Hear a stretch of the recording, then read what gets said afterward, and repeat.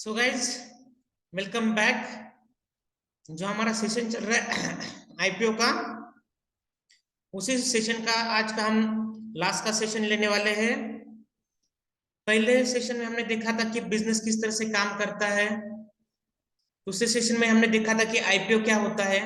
आज हम देखेंगे कि लाइव मार्केट में किस तरह से आईपीओ को अप्लाई किया जाता है और हमें किस तरह से आईपीओ को एनालिसिस करना चाहिए, कौन से पैरामीटर्स के ऊपर आईपीओ को एनालिसिस करना चाहिए। So before applying for any IPO, okay, आपको कौन से चीजों के बारे में सोचना चाहिए, ध्यान देना चाहिए, इसके बारे में आज के सेशन में हम डिस्कस करेंगे। सो सबसे इंपॉर्टेंट गाइस ये होता है कि आपका जो आईपीओ सिलेक्शन होता है उसके ऊपर डिपेंड होता है कि आपको वो मल्टीबैगर बनाएगा, आपको अच्छा रिटर्न देगा, या आपका वेल्थ का डिस्ट्रॉय करेगा करेगा, या आपको अच्छा गेन नहीं मिलेगा, उसमें आपको लॉस में एग्जिट करना पड़ेगा। ये आपके हाथ में है, ये दूसरे किसी और के हाथ में नहीं है। क्योंकि यूजुअली क्या होता है, हम सारे लोग नहीं आईपीओ आ रहा है चलो अप्लाई करते जाएंगे, मगर सारे आईपीओ आपको सक्सेसफुल नहीं बनाते। आईपीओ को अप्लाई करने से पहले आपको प्रॉपर एनालिसिस करना पड़ेगा, आपको प्रॉपर देखना पड़ेगा कि आईपीओ किस तरह से काम कर रहा है, तो उसका करंट मार्केट में सिनेरियो क्या चल रहा है, उसकी मार्केट डिमांड कैसी है, ग्रे मार्केट में उसको कितना डिमांड है, ये सारी चीजों के बारे में हमें सोचना पड़ेगा। सो बिफोर अप्लाई हमें कौन सी चीजों के ऊपर ध्यान देना पड़ेगा। सो हम कौन से भी इसको अप्लाई करने से पहले हमें देखना पड़ेगा कि आईपीओ में बिजनेस प्लान क्या है, उनका प्रोडक्ट क्या है और उनकी बिजनेस स्ट्रेटेजी क्या है। गाइस सबसे इंपॉर्टेंट क्या होता है, प्रोडक्ट होता है। सो उनका प्रोडक्ट कितना अच्छा है, वो कितने लोगों की रिक्वायरमेंट है, नीड है, उसे फुलफिल कर रहा है, इसके बारे में हमें देखना पड़ेगा। क्योंकि वो जितना ज्यादा लोगों को केटर करेगा, जितने जितना ज्यादा लोगों के प्रॉब्लम सॉल्व करेंगे, उसका उतना ज्यादा मार्केट में डिमांड होगा, जितना ज्यादा डिमांड होगा उतना ज्यादा वो कंपनी प्रॉफिट बनाएगी, रेवेन्यू जनरेट करेगी।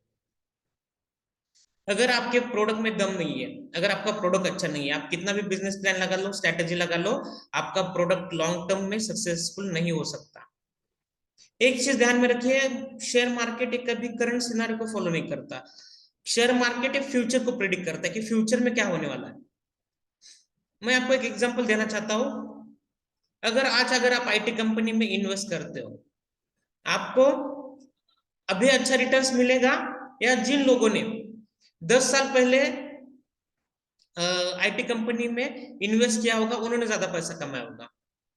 सो इसका आंसर है कि जिन लोगों ने पास्ट में इन्वेस्ट किया था, 10 साल पहले इन्वेस्ट किया था, उन लोगों ने ज्यादा पैसा कमाया होगा। उसके पीछे रीजन क्या है, उसके पीछे बहुत सिंपल रीजन है, क्योंकि उन्होंने फ्यूचर को प्रिडिक्ट किया था, उन्होंने ये जाना था कि आगे जाके आईटी ही फ्यूचर है। उसके बाद आता है आपका, मतलब हमें प्रोडक्ट के ऊपर फोकस करना है कि आगे जाके प्रोडक्ट का काम किस तरह से होगा और लोगों को ये कितना सक्सेसफुल रहेगा फ्यूचर में। उसके बाद हमें सोचना पड़ेगा कि उनका बिजनेस प्लान क्या है, बिजनेस प्लान में उनकी स्ट्रेटेजीज क्या है। क्योंकि देखिए बिजनेस कोई भी स्टार्ट कर लेता है, मगर उनका बिजनेस प्लान वो किस तरह से एक्सपैंड कर रहे हैं, उन्होंने कितने विद इन पास्ट में उनका परफॉर्मेंस कैसा था, विद इन कितने टाइम फ्रेम में उन्होंने ग्रोथ की है, उनकी बिजनेस स्ट्रैटेजी क्या है, उनके बिजनेस प्लान क्या है, ये सब के बारे में आपको एनालिसिस करना पड़ेगा। क्योंकि क्या होता है, अगर आपके बिजनेस प्लान अच्छे हैं, अगर आपके पास यूनिक स्ट्रैटेजी है, आपको मालूम है कि किस तरह से बिजनेस रन किया जाता है, तो डेफिनेटली वो बिजनेस सक्सेसफुल होता है। तो आपको देखना पड़ेगा कि वो किस तरह से बिजनेस प्लान डेवलप कर रहे हैं, किस तरह से स्ट्रैटेजी डेवलप कर रहे हैं, किस तरह के प्रोडक्ट डेवलपमेंट कर रहे हैं, किस तरह से उनका पास रिकॉर्ड था, उन्होंने कितना जल्दी मार्केट में एंट्री किया, कितने जल्दी वो सक्सेसफुल बने, ये सारी चीजों के ऊपर आपको फोकस करना पड़ेगा, ये देखना पड़ेगा। और सारा इंफॉर्मेशन मार्केट में अवेलेबल होता है। अगर आप है ना एनएससी की वेबसाइट पे जाते हो तो आपको सारी डिटेल्स मिलेगी, अगर आप गूगल सर्च पे भी जाते हो तो भी आपको पूरे उसके आईपीओ के बारे में इंफॉर्मेशन मिलेगी। उसके बाद हमें देखना है कि उनका फाइनेंशियल परफॉर्मेंस कैसा है, क्योंकि ये ना सबसे बड़ा क्राइटेरिया है होता है हर एक बिजनेस को समझने के लिए कि उसका ओवरऑल परफॉर्मेंस किस तरह से चल रहा है।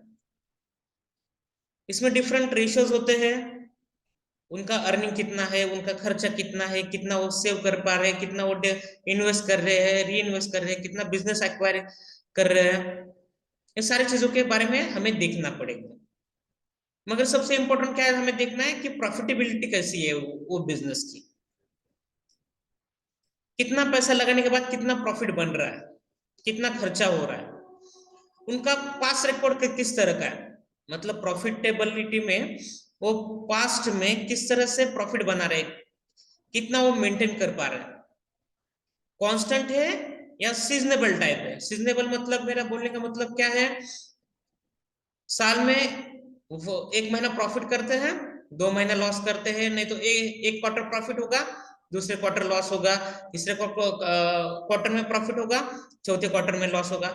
ऐसा तो नहीं है, वो प्रॉपरली अच्छी तरह कंसिस्टेंट प्रॉफिट बना रहे हैं या नहीं, ये हमें ठीक से चेक करना पड़ेगा, क्योंकि ये सारी चीजों का हमें प्रॉपरली एनालिसिस करना पड़ेगा। रेवेन्यू ग्रोथ, सबसे ज्यादा जो इन्वेस्टर होते हैं उनको अट्रैक्ट क्या करता है, रेवेन्यू ग्रोथ, कि कंपनी की रेवेन्यू ग्रोथ किस तरह से हो रही है, कंपनी किस तरह से बिजनेस एक्सपैंड कर रही है, उसका year on quarter basis, year on year basis किस तरह से उनका रेवेन्यू ग्रोथ हो रहा है, क्योंकि जब रेवेन्यू बढ़ेगा तभी प्रॉफिट बढ़ेगा।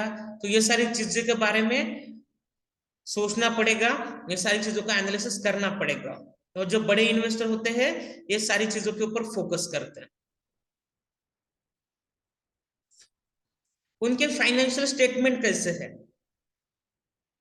उनका ऑडिटिंग फर्म कौन सा है, उसका मार्केट में रेपुटेशन कैसा है, क्योंकि क्या होता है गाइस, जितना अच्छा फाइनेंशियल इंस्टीट्यूशन होगा, मतलब ऑडिट इंस्टीट्यूशन होगा, उतना वो इंडिपेंडेंटली ऑडिट करेंगे, जहां पे सही है वहां पे सही बताएंगे, जहां पे गलत है वहां पे गलत बताएंगे। उनका स्टेटमेंट है ना किस तरह का है, सारे सारे अच्छी तरह प्रॉपर मैनेज है क्या, सारे अच्छी तरह क्लियर है क्या, ये सारी चीजें हमें देखनी पड़ेगी। तो ये सारी चीजें कौन करता है, जो फाइनेंशियल ऑडिट कंपनी होती है वो ये सारी चीजें एनालिसिस करती है। तो हमें उसके बारे में भी सोचना पड़ेगा, देखना पड़ेगा, और हमें सारे रिपोर्ट जो उनके फाइनेंशियल स्टेटमेंट है उसको हमें ठीक से एनालिसिस करना पड़ेगा कि इन्होंने किस तरह से इनके एडजस्टमेंट किए हैं, किस तरह से प्रॉफिट दिखा रहे हैं, किस तरह से लॉस को एडजस्ट कर रहे हैं, किस तरह को प्रॉफिट को एडजस्ट कर रहे हैं, ये सारी चीजों के किस तरह से वो टैक्स देख रहे हैं, ये सारी चीजों के ऊपर हमें फोकस करना पड़ेगा। उनकी जो P&L स्टेटमेंट है, बैलेंस शीट है, वो हमें ठीक से एनालिसिस करनी पड़ेगी।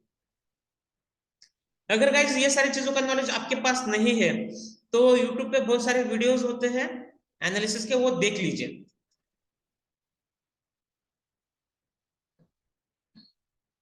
उसके बाद आता है ह्यूमन कैपिटल, उनका टीम कौन सा है, क्योंकि गाइज बिजनेस कोई भी स्टार्ट कर सकता है, जिसके पास कैपिटल है, जिसके पास पैसा है, वो क्या करेगा बंदा, वो बंदा उठ के चलो अपन ने बिजनेस स्टार्ट करेंगे, कंपनी स्टार्ट करेंगे। मगर सबसे इंपॉर्टेंट क्या होती है, उसमें काम करने वाले लोग, उनकी टीम किस तरह से है, उनको टीम को ठीक से मोटिवेशन मिलता है क्या, उनका एट्रिशन रेट क्या है, क्योंकि अगर एट्रिशन रेट मतलब क्या, स्टाफ छोड़ के जाने का रेशो, उसे हम एट्रिशन रेट बोलते हैं। अगर फ्रीक्वेंटली उनका स्टाफ अगर छोड़ के जा रहा है तो क्या हो रहा है, इट मीन्स कि people they are not satisfied with the company. लोग छोड़ के जा रहे हैं तो नए नए लोग लाने पड़ेंगे, उनको ट्रेन करना पड़ेगा, वापिस वो छोड़ के जाएंगे, तो कंपनी के एफर्ट्स वेस्ट हो जाते हैं। तो ये बहुत इंपॉर्टेंट होता है कि इनको सबको मैनेज करने वाली मैनेजमेंट टीम कौन सी है।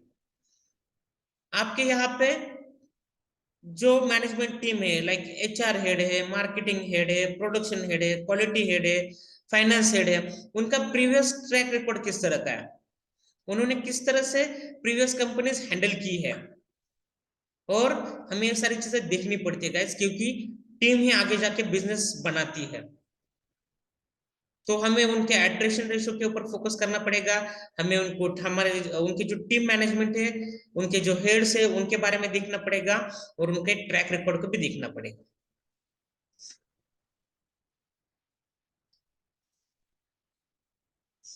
कंप्लायंसेस और एनी लीगल इशू, क्योंकि गाइस जब कंपनी स्टैब्लिश होती है तो बहुत सारे लीगल इश्यूज भी क्रिएट होते हैं। फॉर एग्जाम्पल बहुत बार क्या होता है, पेटेंट किसी नाम से तो किसी और के नाम से तो रजिस्टर नहीं है, कोर्ट में केस चलती रहती है। अगर उसी टाइम अगर आईपीओ आ गया और वो सब्सक्राइब भी हो गया, मगर सामने वाली पार्टी जीत गई, तो क्या होगा, ये कंपनी का वहीं पे पूरा खत्म हो जाएगा, खेल खत्म। तो जब भी मार्केट में आप आईपीओ लाते हो तो ये सारी चीजें चेक करनी है कि उनके ऊपर कौन से लीगल केसेस है क्या, कौन से उन्होंने कंप्लाइंसेस ठीक से फॉलो कर रहे हैं क्या। क्योंकि अगर कंपनी अगर कंप्लाइंस जो लीगल इशू है, लीगल जो सारी चीजें होती है वो अगर ठीक से नहीं फॉलो करती है, तभी भी कंपनी ट्रबल में आ सकती है। तो इसके बारे में हमें ठीक से देखना पड़ेगा, सोचना पड़ेगा। तो लीगल एंड कंप्लायंसेस इश्यू हमें ठीक से एनालिसिस करने पड़ेंगे।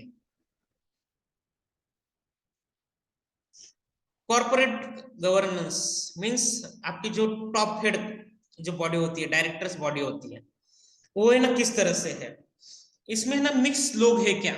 मिक्स लोग मतलब क्या, इसमें इंडिपेंडेंट मेंबर कौन से हैं, उनका ट्रैक रिकॉर्ड कैसा है। क्योंकि गाइस फॉर एग्जांपल अगर मैं जो मेरी कॉर्पोरेट बॉडी है उसमें सारे मैं मेरे फैमिली के लोगों को रखता हूँ, तो अगर मैं कुछ भी डिसीजन लेता हूँ तो उसमें वो हाँ बोलेंगे, वो सही हो या गलत हो।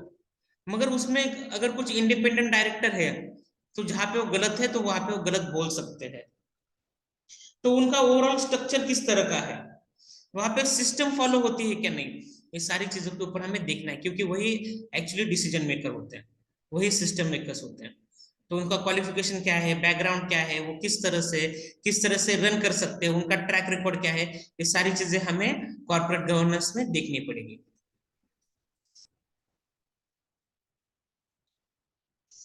आईपीओ जब मार्केट में आता है तो हमें ये भी देखना है कि मार्केट की कंडीशन क्या है, मार्केट के सेंटिमेंट्स क्या है। फॉर एग्जाम्पल आप आई कंपनी बहुत अच्छी है, सारी चीजें अच्छी है, कंपनी मार्केट में आ रही है, और उसी टाइम क्या हुआ, इंडिया पाकिस्तान वॉर छिड़ गया, इंडिया चाइना वॉर छिड़ गया, क्या होगा।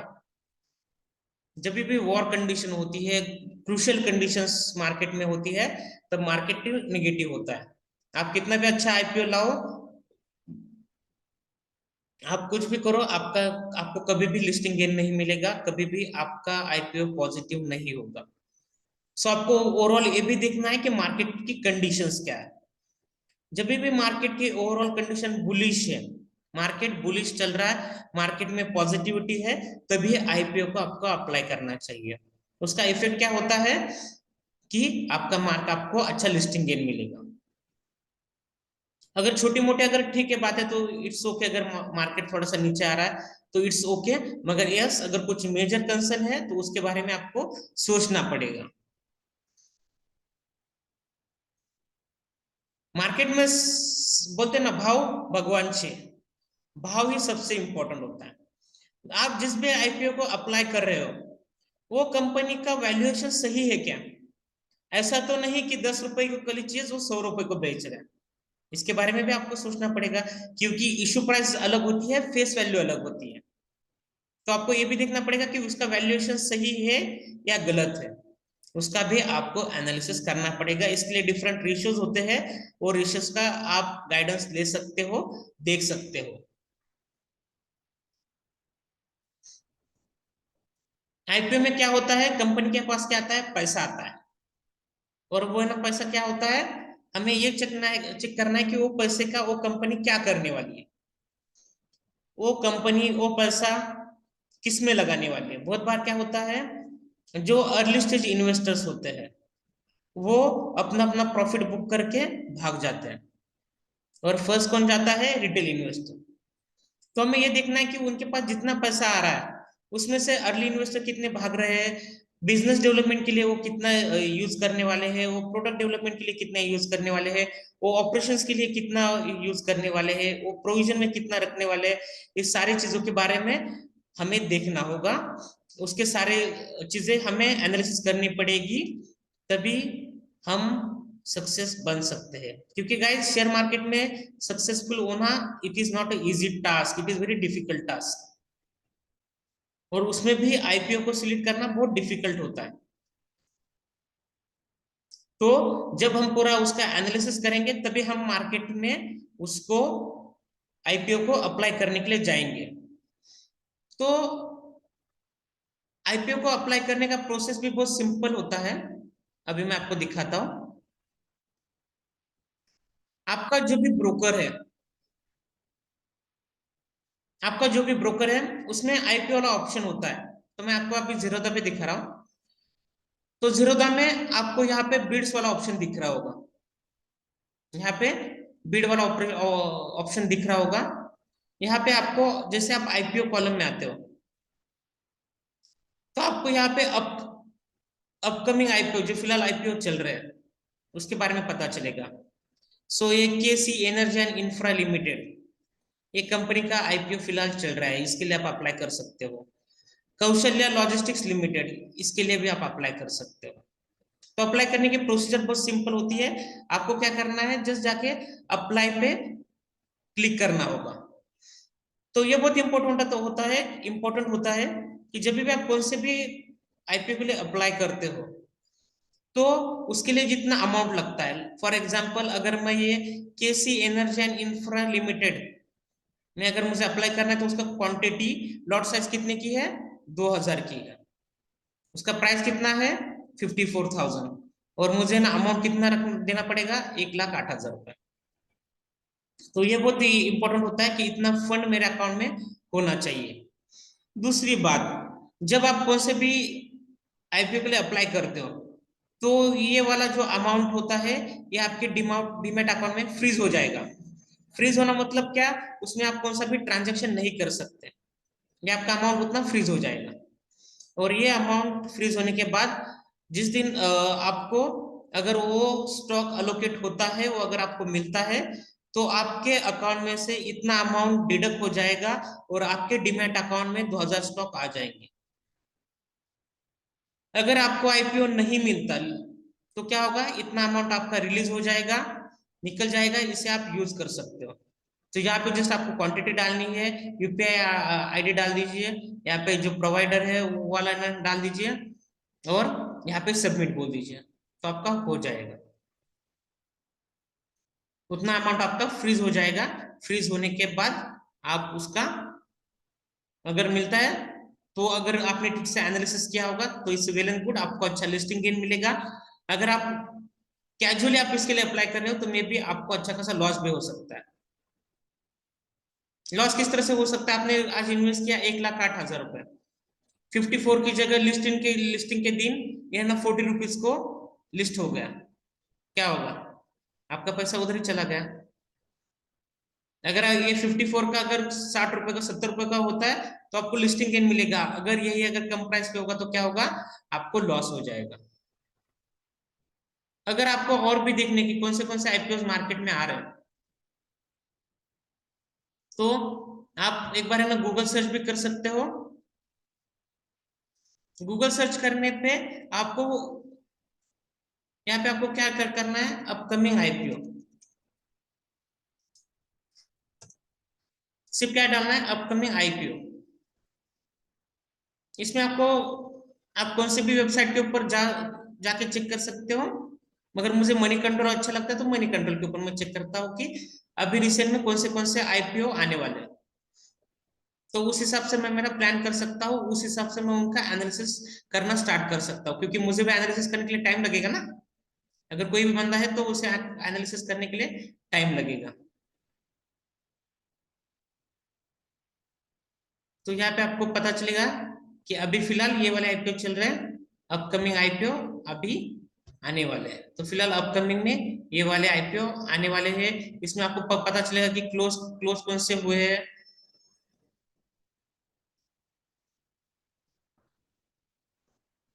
लिस्टेड आईपीओ कौन से है।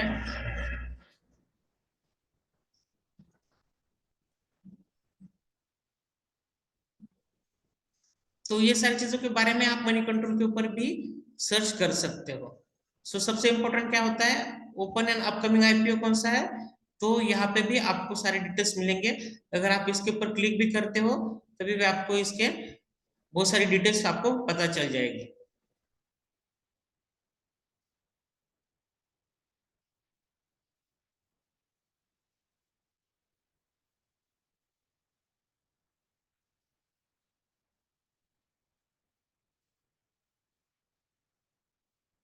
इसका ना फेस वैल्यू जैसे मैंने बताया था कितना है, 10 रुपीज है।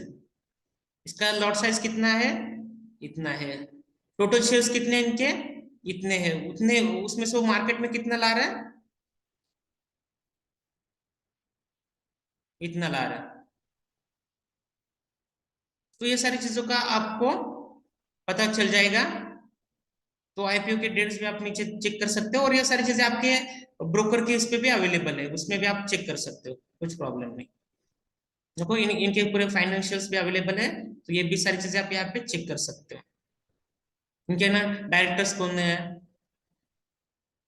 इनका अगर आपको बैलेंस शीट एनालिसिस करना है तो ये भी आप एक कर सकते हो। रेवेन्यू कितना था 21 में, 22 में कितना था, 23 में कितना है, तो कंपनी कंटिन्यूसली ग्रोथ कर रही है। इनकम स्टेट देखना है, डिफरेंट रेशियोज देखने, तो यहाँ पे भी आप डिफरेंट रेशियोज चेक कर सकते हैं।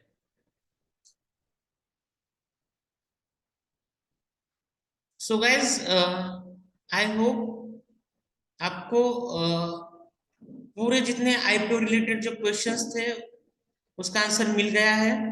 अगर आपको अगर कुछ भी डाउट है तो मैंने डिस्क्रिप्शन बॉक्स में मेरा ईमेल एड्रेस दिया है, उससे भी आप मुझे कांटेक्ट कर सकते हो। जो भी आपके पर्सनल कुछ प्रॉब्लम होगी ट्रेडिंग रिलेटेड, वो भी मैं सारे प्रॉब्लम सॉल्व कर दूंगा। सो डोंट वरी, ये सारी जो चीजें हैं वो फ्री फ्री ऑफ कॉस्ट है। आपको ये पूरा जो आईपीओ का जो पूरा सेशन था वो कैसा लगा, वो प्लीज हमें चैट बॉक्स में बताइए। और आज का सेशन हम यहीं पे खत्म करते हैं guys. Thank you, thanks a lot, bye bye, take care.